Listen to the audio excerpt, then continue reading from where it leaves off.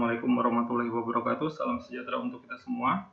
Saya Hadi Santoso sebagai peserta Latsar Angkatan 10 Puslatbang KDUD dengan NDH 16. Saya pada kesempatan kali ini akan memaparkan hasil dari pembelajaran analisis isu-isu kontemporer dalam sikap perilaku bela negara yang disampaikan oleh Dr. Rahmat MA. Nah, tujuan dari pembelajaran yang dilakukan adalah yang pertama memahami konsep perubahan lingkungan strategis, mengidentifikasi isu-isu kontemporer yang mengancam keberlangsungan NKRI, kemudian menerapkan teknik analisis isu kontemporer dalam pelaksanaan tugas PNS. Salah satu perubahan yang ingin dilakukan Indonesia adalah membuat Indonesia yang saat ini adalah sebagai negara berkembang di tahun 2020 menjadi negara maju di tahun 2045. Target mencapai keinginan itu bisa saja akan gagal jika terdapat isu-isu kontemporer yang ternyata mengancam keberlangsungan NKRI. Isu-isu yang dimaksud adalah hal-hal yang muncul dikarenakan adanya sesuatu yang tidak sesuai dengan harapan yang dapat merusak tujuan bangsa.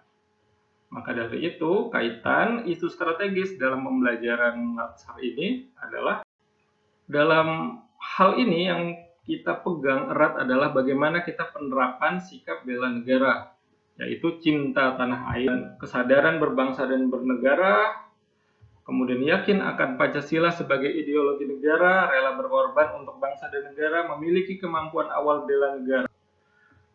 Analisis yang paling tepat adalah menggunakan teknik analisis fishbone berbagai macam, dan yang kami fokus untuk pemaparan isu adalah dengan 4S: surrounding, supplier, system, dan skill.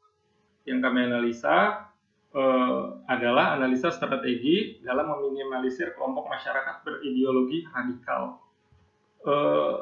Ada upaya untuk memecah belahkan persatuan dan kesatuan Indonesia yang lebih mengutamakan kepentingan kelompok.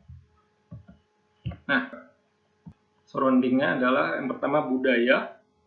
Budaya itu bisa saja menjadi ancaman dari terlalu fanatik terhadap budaya masing-masing. Kemudian agama, faktor sentimen agama, kemudian sosial dan ekonomi, kemiskinan, kemudian adanya terorisme yang lahir dari kondisi sosial dan keberadaan organisasi.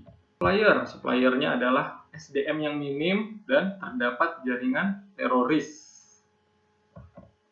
Kemudian sistem di sini adalah ideologi, kemudian politik dan pendidikan. Ideologi di sini adalah adanya propaganda seorang pemimpin terhadap kelompok tertentu. Kemudian ada politik, yaitu adanya ketidakpercayaan sebagian masyarakat terhadap pemerintah. Kemudian pendidikan, seorang yang memiliki pendidikan rendah tidak memiliki pengetahuan dalam menyelesaikan masalah, sehingga mudah didoktrin. Apa dampaknya? Dampaknya adalah radikalisme itu merusak persatuan bangsa, Bhinneka Tunggal Ika.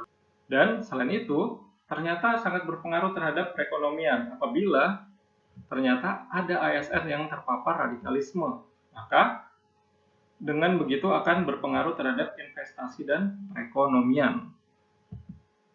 Nah, bagaimana cara meminimalisirnya? Yaitu dengan peran pemerintah dengan mengeluarkan kebijakan, institusi keagamaan dan pendidikan yang dengan mempelajari apa yang ada sebagai wawasan Pancasila dan mengutamakan toleran dan kedamaian. Di masyarakat sipil tentu saja kita harus melaksanakan nilai-nilai Pancasila, Undang-Undang Dasar, dan Bhinneka Tunggal Ika di masyarakat, keluarga, dan masyarakat. Nah, lalu tujuan yang ketiga adalah menerapkan teknik analisis isu kontemporer. Nah, rencana aktualisasi adalah dengan memulai dari diri sendiri, dengan memahami dan menyadari bahwa semua manusia adalah sama di mata Tuhan. Jadi memegang erat Pancasila dan Bhinneka Tunggal Ika dalam pegangan, berucap, dan bertindak.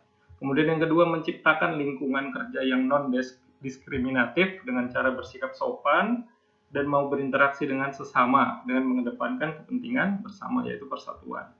Yang ketiga, peduli terhadap unit kerja, rekan kerja, dan mahasiswa. Melalui ini, sikap mau terbuka dan mau menempatkan diri sebagai pendengar yang baik serta mampu memberikan solusi terhadap permasalahan yang ada melalui analisa terhadap isu seperti yang sudah dipelajari dengan mengedepankan asas persatuan dan kesatuan bangsa.